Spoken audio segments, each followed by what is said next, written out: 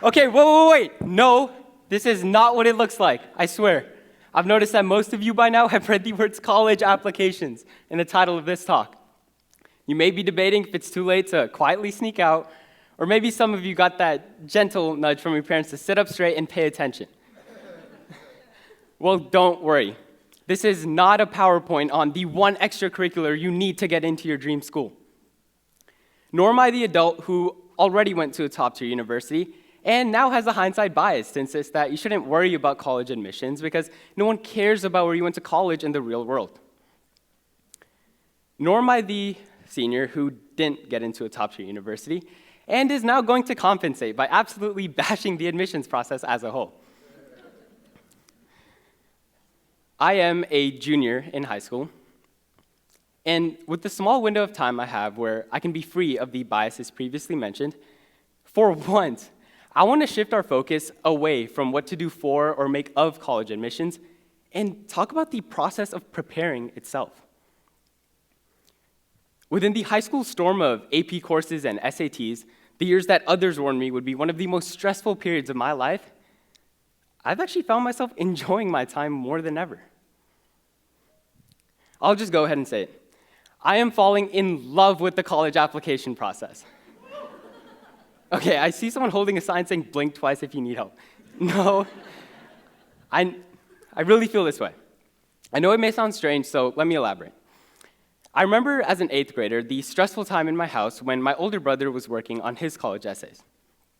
Naturally, I started to wonder how I would answer those essay prompts about significant moments I had in life or how I have impacted my community. So early on, I pondered on those typical essay subjects, like sports injuries I had endured or family health complications, and I would try to retrospectively analyze how those events have played into who I am today. Or perhaps how I should let them play into the person I aspire to become. I marveled at how these essay prompts can allow us to build wisdom and maturity. But it didn't end there. Thanks to the new wave of college counselors on social media platforms that took over my For You page, I came across these viral stories about successful college essays that didn't revolve around dramatic life events, but rather the most ordinary. Take Costco samples and how they can represent one's intellectual curiosity to try new things, or using your laptop collage of stickers to explain different parts of your identity. So I started analyzing every moment of my life as I lived it, in hopes of not missing out on my ordinary thing. Like the times I would visit a Hindu temple and pay attention to the practice of removing shoes before entering sacred spaces. I realized that I could tie this to my interest in sports engineering. Just by analyzing all the different sneakers in the shoe cubbies, I could keep up with the trends of the shoes people wore, and take note of the shoes I hadn't seen before, to research all their tech features when I got back home. Now, was this excessive? Sure. A bit superficial? Maybe. But constantly trying to turn every moment into a clever, witty hook allowed me to look for, develop, and engage with my passions in times or spaces where I would have never otherwise done. And with repetitively engaging in deep thinking of trying to fit the big, small, great, and especially not so great events in my life into a larger story, the self-discovery and maturity I gained was phenomenal. The essay section was the first demonstration to me that the components of the college application process simply provide high school students with a blueprint for self-growth. These essays do more than assess who you are. They push you to grow. They can transform a victim narrative of tragic loss into one of empowerment and passionate aspirations, or a once-bred insecurity into a journey of progress and self-love. When it came to the community service section, the intrinsic merit was just as consistent. I avoided the program suggested to me for easy hours where you would just clock in, go with the motions, and clock out. I found an organization of interest myself and started volunteering frequently, often staying beyond my hours to talk with the administrative faculty and learn about the actual social injustices that their operations aim to address. So with each summer I returned, I picked up more responsibilities in new departments and eventually got the opportunity to carry out my own initiative of opening their sports camps to kids with intellectual differences. With all the managerial skills and injustice awareness I grew, I was proud of the growth I achieved. All I could think about was how I could have very easily missed out. How if we treat things like extracurriculars or community service as a requirement to graduate or a bullet point on our resume, they become things to acquire instead of avenues to pursue. These standards or requirements can quickly turn into limits on our potential. The garden we build of skills and insights will never thrive if every time a flower blooms, we cut it, just to go show someone else that we are, in fact, a gardener. From there on, I caught myself saying a powerful statement in my head whenever I tried to do something for my resume. Even if college applications weren't a thing, I would still do blank. Even if there were no applications and you didn't need a letter of recommendation, you probably shouldn't be someone that your teachers despise anyways. Because it's inherently rewarding to try building a relationship with them. Or even with grades, I started to see how it's less about the grades assigned to us and more about building the work ethic and drive to take on challenges presented to you as a teenager.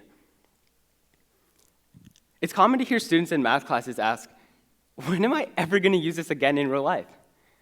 And sure, you may never see that math problem ever again. But you will come across other problems in life, where the methods, tools, and tactics you developed will become immensely valuable. Think about this. The mind that could develop something as complex as calculus was the same mind who could use those critical thinking skills to look at an apple and develop theories about orbital motion. For those of you who don't know, this mind belonged to Isaac Newton. Now, I'm going to ask you to close your eyes and imagine 438 circles, with each circle signifying 80 hours. Okay, I'm kidding. Don't worry. I made a visual for all of you. This is how much time we have between 14 and 18 years of age. Now, most of you are probably looking at the empty circles, thinking about how little time you have. Mainly because we've been trained to see school as a necessary evil, not an opportunity. It's common in our society to hear the phrase, it's either 4 years of suffering for 50 years of freedom, or 4 years of freedom for 50 years of suffering.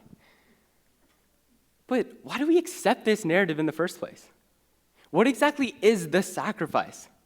I mean, we get 58 whole circles, 4,640 hours dedicated to spending time in a learning environment built to challenge and shape us.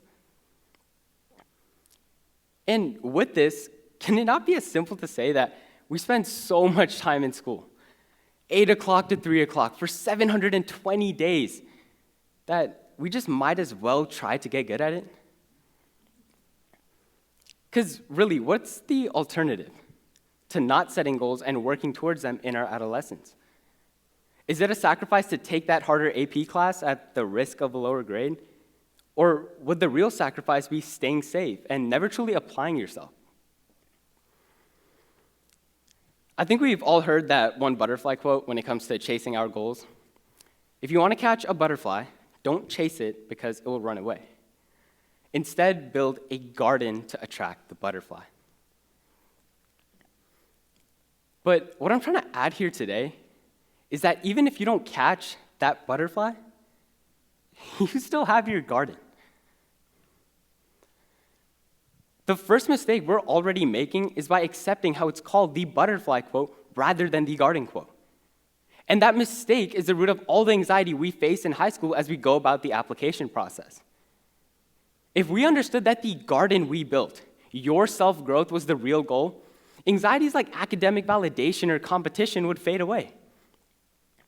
I mean, we all have that one friend, right, that's doing 1,000 extracurriculars, gets good grades, and still has time to do those things that our parents don't know about when comparing us both.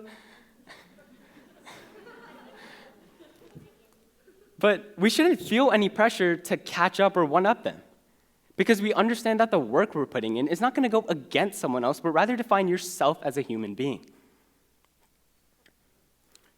And look, I get it. Those lingering thoughts of working so hard in high school just to get rejected from your dream colleges are stressful. And those thoughts are going to continue to surface throughout our lives. What if after all that hard work, you lose that competition? That relationship ends, or that startup you created fails? But why not apply ourselves regardless of the success that we will have with admissions? Work to become the best version of yourself, and just like college acceptances or any other external sources of validation in life, to be a pro or side effect of simply being that best self. Not everything is an exact science to your self-worth. That bad hair day that your crush saw you with, the tryout where you kept cramping, or that college rejection you received because of geographical representation.